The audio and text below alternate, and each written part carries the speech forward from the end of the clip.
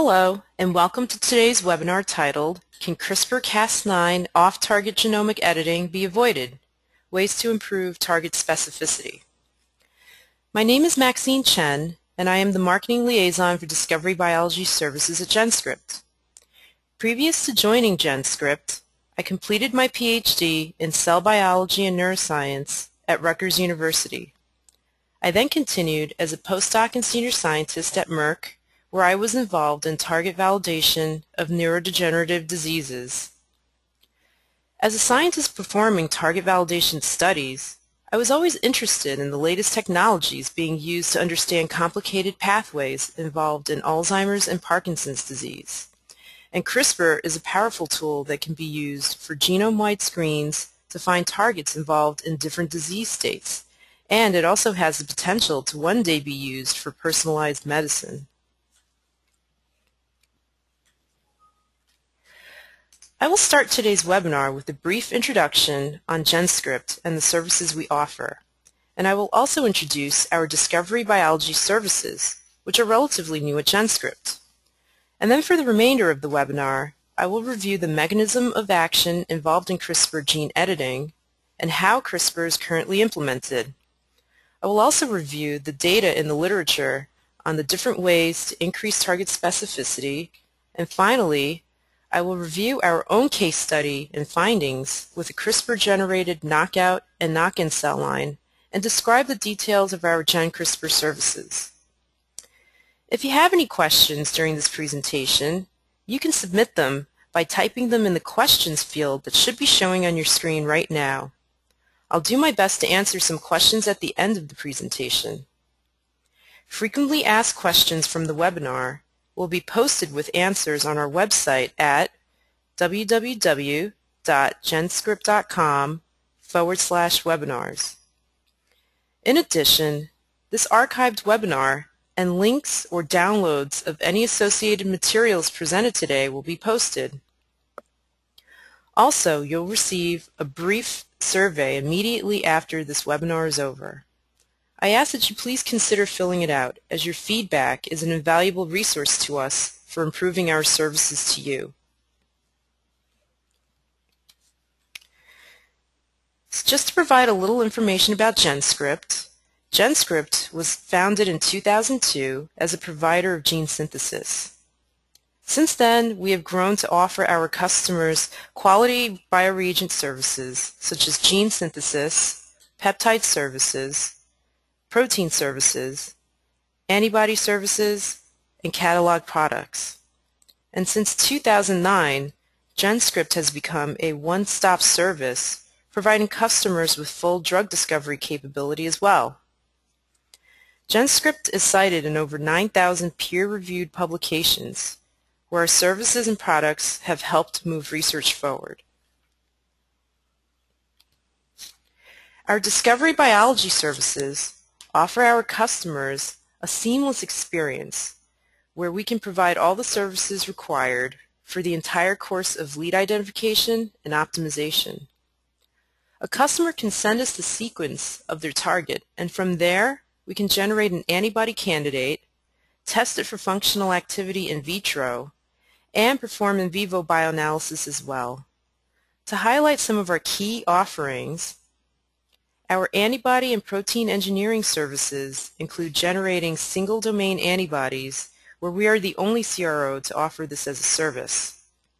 We are also capable of downstream engineering, such as antibody sequencing, affinity maturation, and humanization.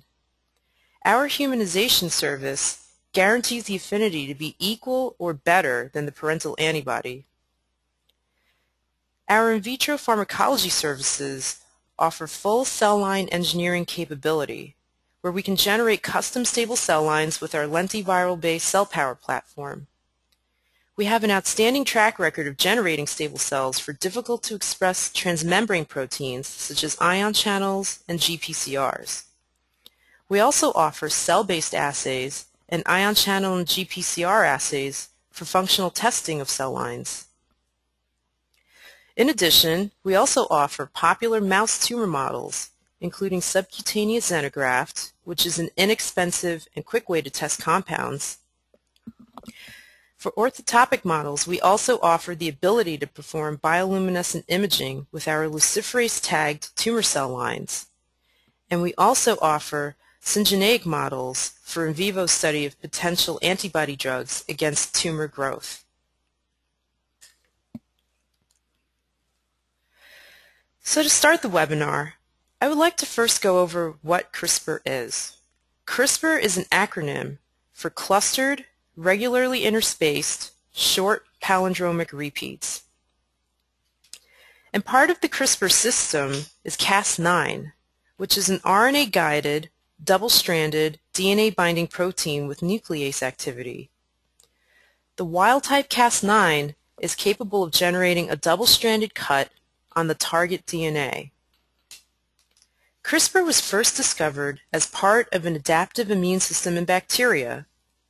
The type 2 CRISPR locus contains the coding region for the tracer RNA, the Cas complex of proteins, and a region that contains spacers consisting of fragments of viral DNA between repeat sequences. When the viral DNA enters the bacterium, the Cas complex recognizes the foreign DNA and cleaves it into small fragments, which are then inserted as spacers between sequences. Once the viral DNA has been inserted into the CRISPR locus, it can now be processed as part of the mature CRISPR RNA, tracer RNA, Cas9 complex. If the bacterium is exposed to the same virus again, the viral DNA act as short pieces of guide RNA, which will recognize and bring the Cas9 complex to the target sequence on that viral DNA and cleave it.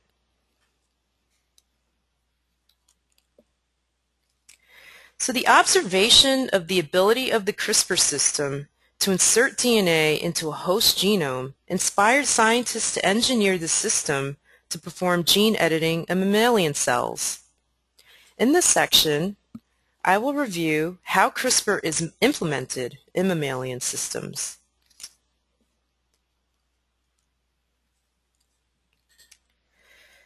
So the essential components of the CRISPR system include a codon-optimized Cas9, which is specific for mammalian systems.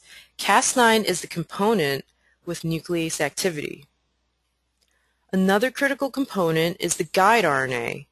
And the guide RNA consists of the gRNA scaffold, which is formed from the CRISPR RNA and tracer RNA, and the 17 to 23 nucleotide sequence targeting the region on the gene to be edited. Also, the targeted sequence needs to have a protospacer adjacent motif, or PAM, which contains a 5' and a 3' NGG sequence. The gRNA Cas9 complex will recognize and cut near the 3' NGG sequence.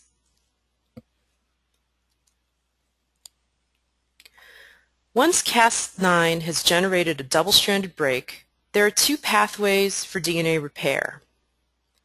On the left is the pathway for non-homologous end joining, or NHEJ. When DNA is repaired under this pathway, there are random insertions or deletions at the site of repair, and this can generate a frameshift mutation in the gene of interest, causing the gene to be knocked out. On the right is the pathway for homologous recombination, or HR. When DNA is repaired under this pathway, it uses a template to fill in the site of repair. If a template containing a foreign strand of DNA with homologous arms flanking the repair region is introduced, then the site of repair will incorporate the foreign DNA, thereby generating a knock-in mutation.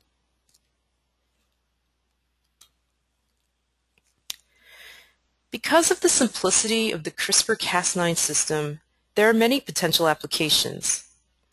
Currently, the hottest application is genome editing, where CRISPR Cas9 has the advantage of being a very simple to implement system compared to other methods of gene editing, such as zinc finger nuclease or TALENs. Gene editing can include double-stranded cuts, deletions between two cut sites, single-stranded nicks, and offset nicks. I will discuss some gene editing applications in the next few slides, but I also wanted to touch on some other interesting applications for CRISPR-Cas9.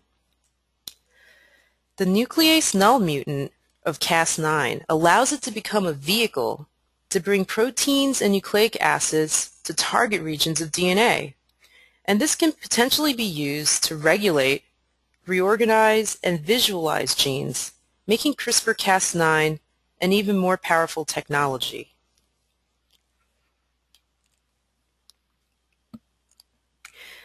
Currently, a popular use for CRISPR is the generation of large libraries for functional screens.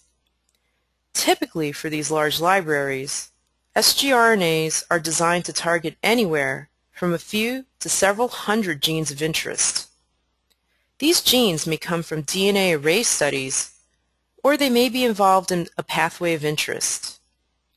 The target sgRNA are cloned into lentiviral vectors for viral delivery into cells stably expressing Cas9. Alternatively, a dual sgRNA Cas9 lentiviral vector can be used for delivery of both components into naive cells. For gRNA library development, GenScript is capable of high-throughput gene synthesis using our GenPlus next-generation gene synthesis platform for fast turnaround of gRNA sequences, which can then be cloned into the vectors specified by the customer. This is a new service that we will be launching soon.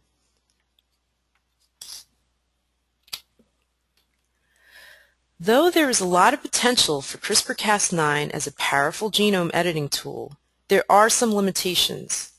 Since Cas9 can induce double-stranded breaks, any off-target nuclease activity can cause mutations in those genes and may even cause oncogenesis. Cas9 can still have nuclease activity even with 1 to 3 mismatches between the guide RNA and target sequence, and this can potentially lead to off-target mutation activity.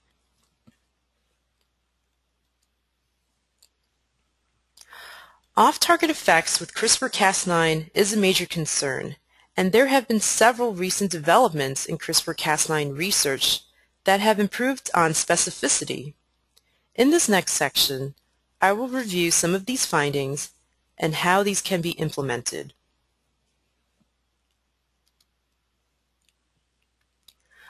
One component of the CRISPR-Cas9 system that is easily altered is the guide RNA. Several labs have looked into modifying the length of the guide RNA. Extension of the guide sequence from 20 bases to 30 bases was hypothesized to increase fidelity. However, this was not possible to study since cells would process the guide sequence back down to 20 bases.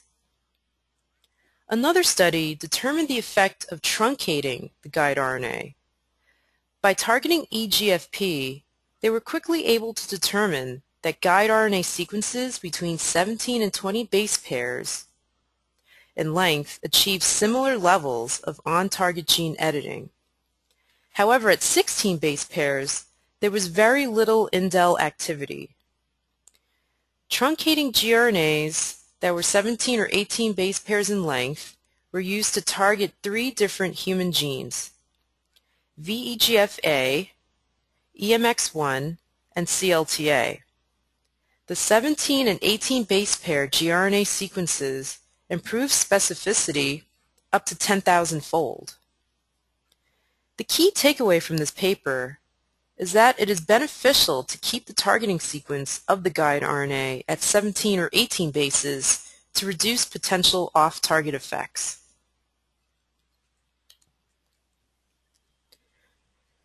Another approach for improving fidelity was to mutate the Cas9 protein so that it forms a single nick on a single strand. The D10A mutation on Cas9 allows for single-strand nicking, and since it only nicks a single strand, 2 Cas9 guide RNA complexes would be needed to generate a mutation. Therefore, 2 sgRNAs would need to be designed for the region of interest. The sgRNA would require an offset, which would generate a 5' overhang. Using this method, researchers were able to observe a 1,500-fold increase in specificity compared to using a single sgRNA and wild-type Cas9.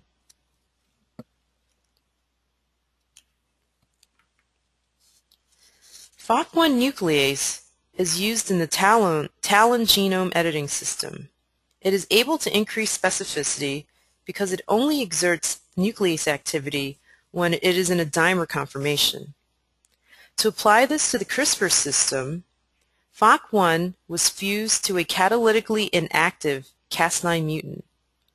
Again, 2 gRNA sequences would be needed to allow 2 Cas9 FOC1 complexes to bind to the target DNA and dimerize. The authors of this finding found that adding a CSY4 site on the gRNA sequences and adding the CSY4 expression onto the dCas9 FOC1 vector can allow 2 gRNAs to be transcribed and processed from a single expression cassette, thereby allowing equal transcription of the 2 gRNAs.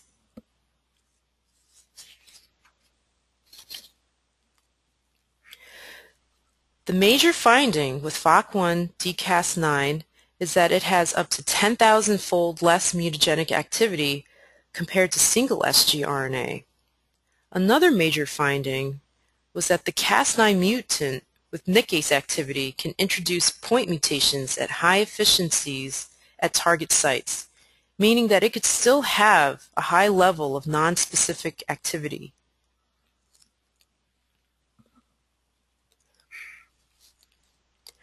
A recent study performed a genome-wide analysis of off-target sites. Cells were transfected with HA-tagged catalytically dead dCas9 mutant, and chromatin immunoprecipitation was performed to reveal different binding sites.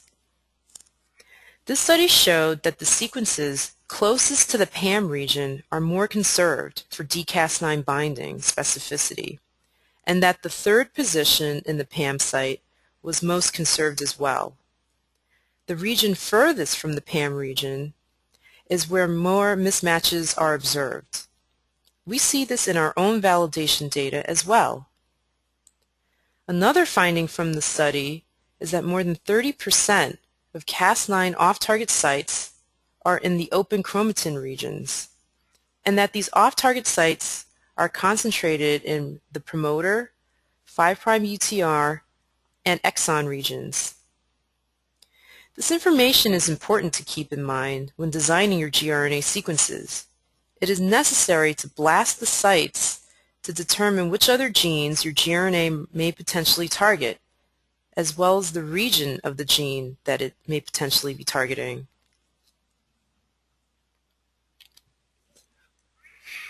Next, we are going to review 2 case studies that we have performed in-house. One is the generation of a knockout cell line with off-target analysis. The other case study is on generating a knock-in.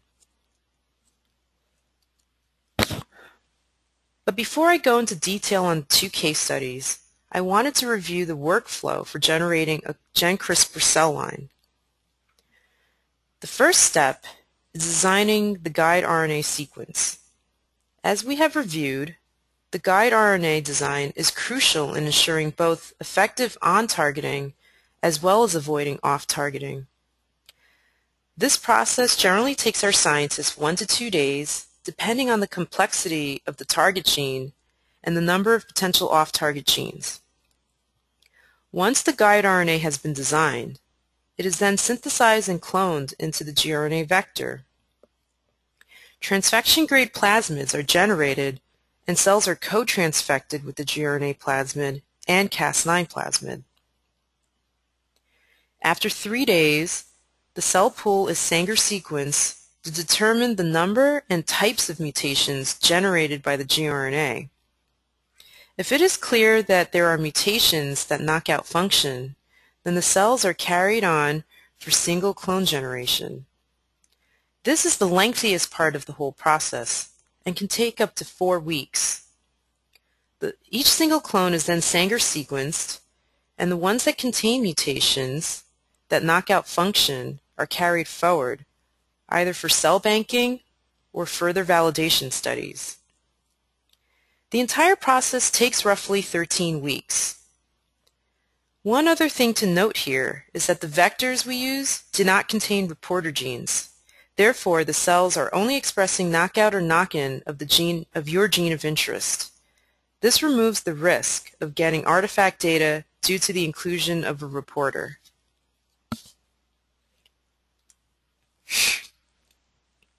CRISPR is a simple and to implement form of gene editing, and it is very accessible for many labs to try. However, it still uses up a lot of your valuable time and resources. Presented here is a cost analysis for an academic lab to do it themselves. As you can see, it is relatively time-consuming to generate a single clone cell line, and the cost of purchasing the kits to generate the CRISPR plasmids, the cell culture and transfection reagents, along with the downstream fax sorting and sequencing, can add up to roughly $17,000. There are 2 advantages with working with GenScript to generate your CRISPR cell line. We can complete your CRISPR project for half the cost of doing it yourself. And since our scientists have a successful track record of generating CRISPR cell lines and performing the necessary QC validation, you can rest assured that you will have a ready-to-use CRISPR cell line delivered to you. So now I will review the first case study, which is development of a glutamine synthetase knockout cell line. First, sequence-optimized gRNA was designed and synthesized to target a specific region on the GS allele. DG44 cells were transfected with the gRNA, and Cas9 constructs and the cell pool were analyzed by Sanger sequencing. Several hundred clones were derived from the cell pool and Sanger sequence analyzed. A single clone containing a frameshift mutation was carried forward for functional analysis.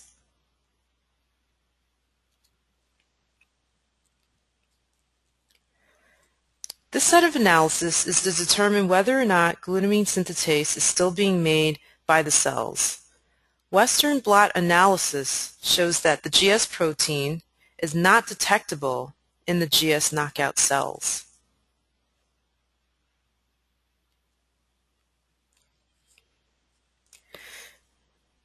To assess function, which is the loss of glutamine synthetase function, GS knockouts were grown in the presence or absence of increasing concentrations of glutamine.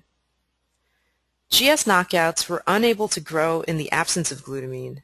However, when glutamine is added in increasing concentrations, cell growth improved relative to the concentration of glutamine, thereby indicating a functional loss in the GS knockout cell line.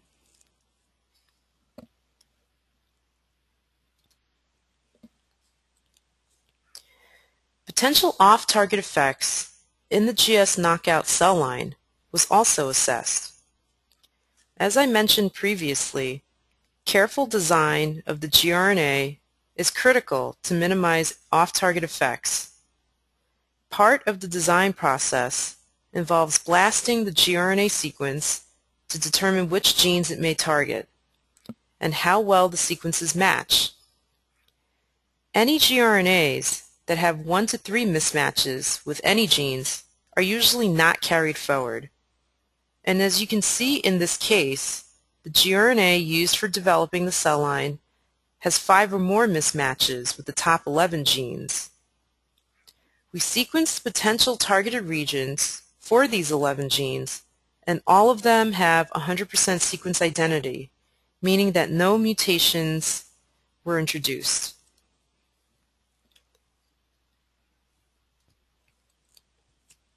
The second case study is on the development of a knock-in cell line.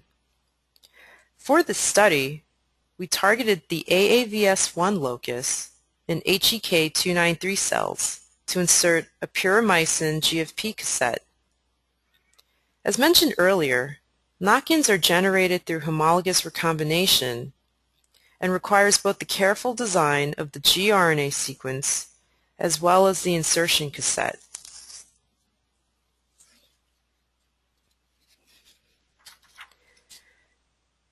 The transfected cell pool was analyzed by PCR amplification of the puromycin GFP cassette. First, the cell pool was selected with puromycin, and then the puromycin-resistant cell pool was analyzed by PCR. As shown by the electrophoresis gel on the left, the cell pool does indeed contain a PCR product generated from primers targeting the puromycin GFP cassette. This PCR amplicon was then sequenced to determine whether there was successful homologous recombination.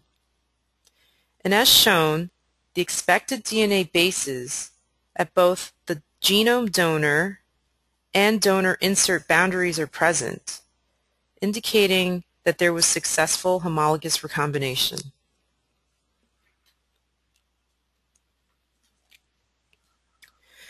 Next, the puromycin selected cells were assessed for GFP expression.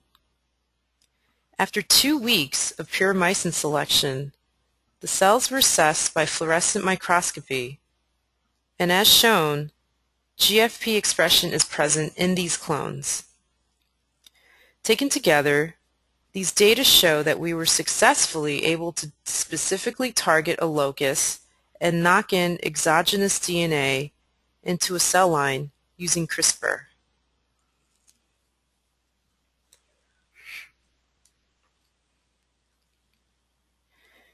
For the next few slides, I am going to review the details of our GenCRISPR service, which includes generating a single clone gene-edited cell line, and now we are launching the gRNA construct service to provide more options to our customers.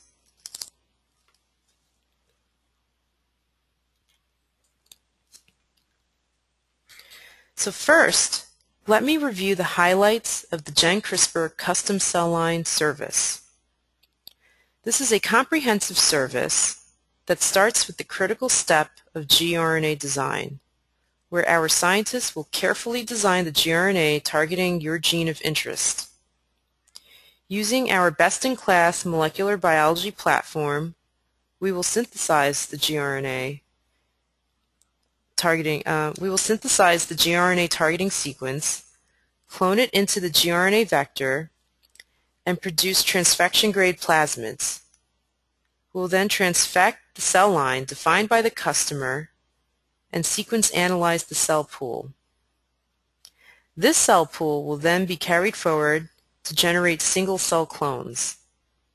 Once a single clone with the mutation of interest is identified and validated through sequencing, we can then perform validation assays. Our in vitro pharmacology services offers many validated cell function assays, including in-cell westerns, GPCR and ion channel assays, and growth and apoptosis analysis.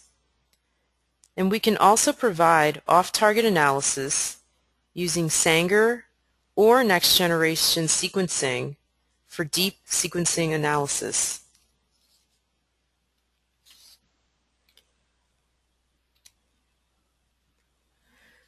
We know you have choices when it comes to generating CRISPR cell lines, so I wanted to highlight some of the things that set our GenCRISPR service apart. First, as I already mentioned, we provide a full service from the gRNA design to functional analysis of the single clone. Everything is done in-house, making the service and your experience seamless from start to finish. Also, we make sure that we are on top of the latest CRISPR findings so that we may bring in technology that can benefit our customers. We do not use additional reporter genes such as CD4 or EGFP. and this is to prevent any potential artifacts that these reporters can introduce. Our platform for gene synthesis and cloning optimization uses our in-house industry-leading technology, ensuring that the gRNA will be 100% accurate. This is critical to the success of generating a CRISPR cell line. We have over 250 established tumor cell lines and common cell lines, and we also have established GPCR cell lines that are available for you to use. As I mentioned on previous slides, we have the in-house expertise to perform a wide range of functional assays for validating the cell line.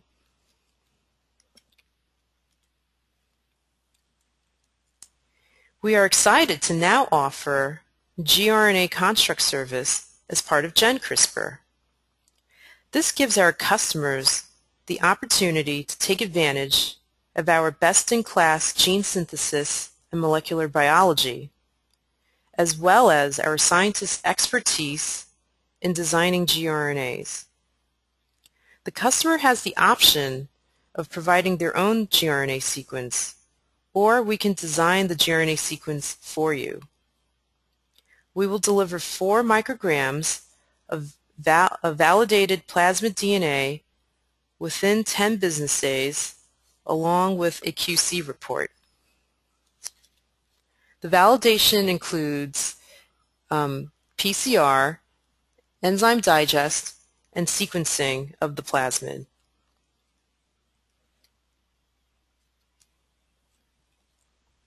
The gRNA construct service will be available within the next 1 to 2 weeks. And best of all, we are offering the service to our customers starting at $159. This is the lowest pricing available that includes a full gRNA design service and construct service. So please check back often, as we will be adding additional offerings to the gRNA construct service.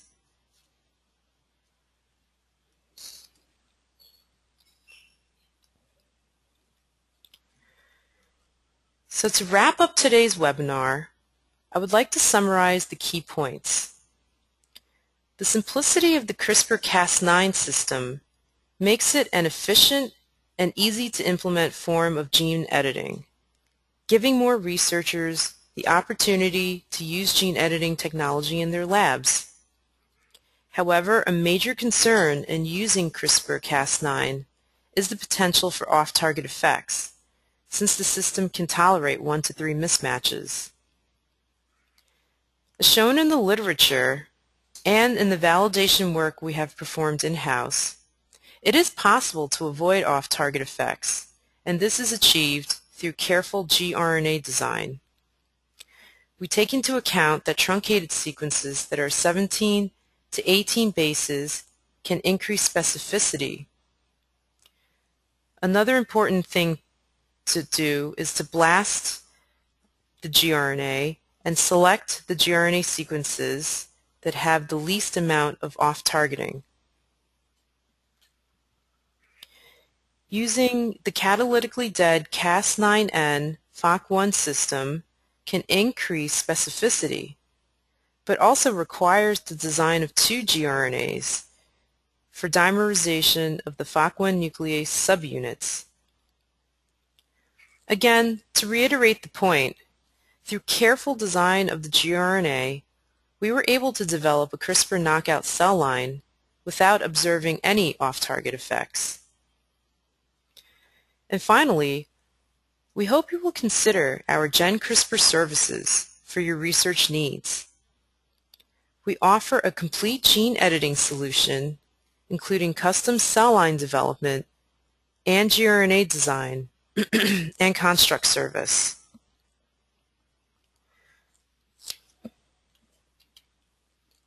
Finally, I would like to thank everyone for taking the time to listen in on this webinar. I hope this has been useful to you and that you can apply some of what I talked about today to your own CRISPR projects. Before I answer questions, I would like to let you know that there are 2 additional webinars at 8 a.m. Eastern Standard Time, 2 p.m. Central European Time. If you are interested in these webinars, please sign up at www.genscript.com/webinars. As I mentioned at the beginning of the presentation, this webinar will be archived on our website, and links to resources and Q&A will be posted after this presentation is over. So please visit our webinar webpage to take advantage of these resources. You can also email me directly at maxine.chen@genscript.com with specific questions about this presentation. Also, please take a moment to complete a quick poll right after this webinar to tell us how you like this presentation. Your candid feedback will help us improve our services.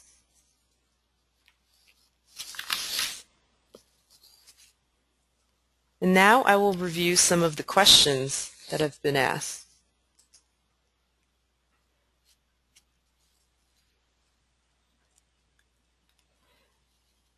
Okay, so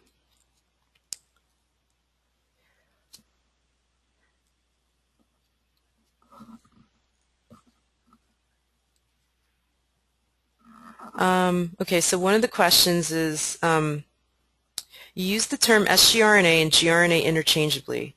Are these two the same thing? Yes, sgRNA stands for short guide RNA, and gRNA stands for guide RNA. So in the context of CRISPR Cas9, these two terms are the same.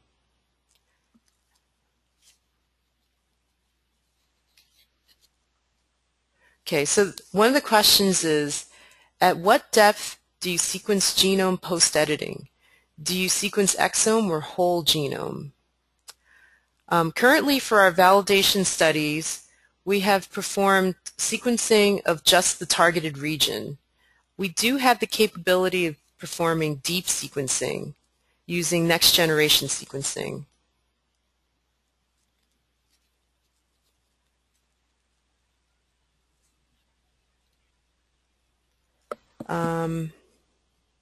Okay, so another question is, what will I need to provide if I want you to generate a cell line for me? A customer really only needs to provide the NCBI gene accession number and the vial of the cells that you wish to use. We can also purchase the cells for the customer, or we can provide you with one of the in-house cell lines that we have. However, that would be at an extra charge.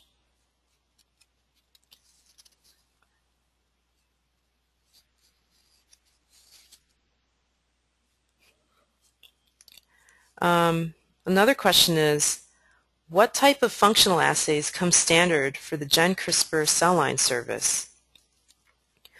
We can provide a Western blot analysis of your targeted protein if you provide us with an aliquot of the antibody for detection.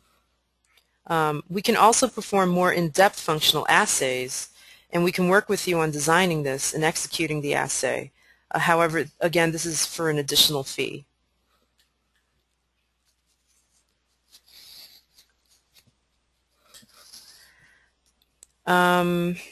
Another question is, do you currently use Cas9 FOC1 for generating CRISPR knockout cell lines?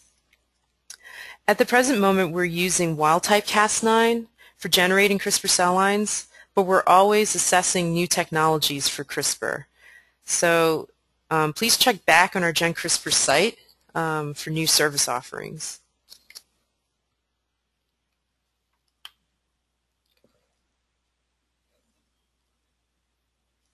Okay, another question is, what is your track record for generating cell lines? So thus far, we've been able to deliver 100% on all of our cell line projects.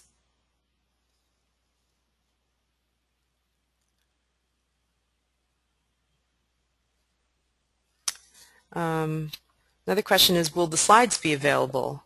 Yes, the slides will be available for download at our webinar webpage. It's www.genscript.com/webinars. A link to this webinar will also be available from that site. So check back in a few days to see if the links are available.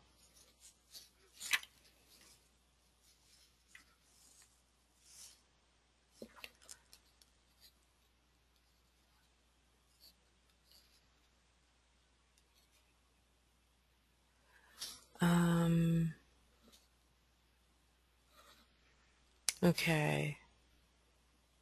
Let's see.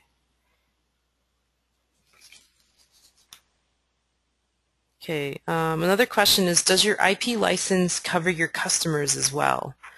GenCRISPR generated cell lines and gRNA constructs are for research use only.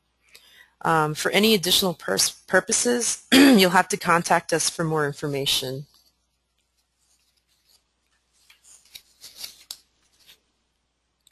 Okay, I think that looks like that's all the time we have for today. So for some of the questions that I didn't answer, I will consult with our internal team and have these posted on our website as soon as possible. Thank you all again for attending this webinar, and best of luck with your future research.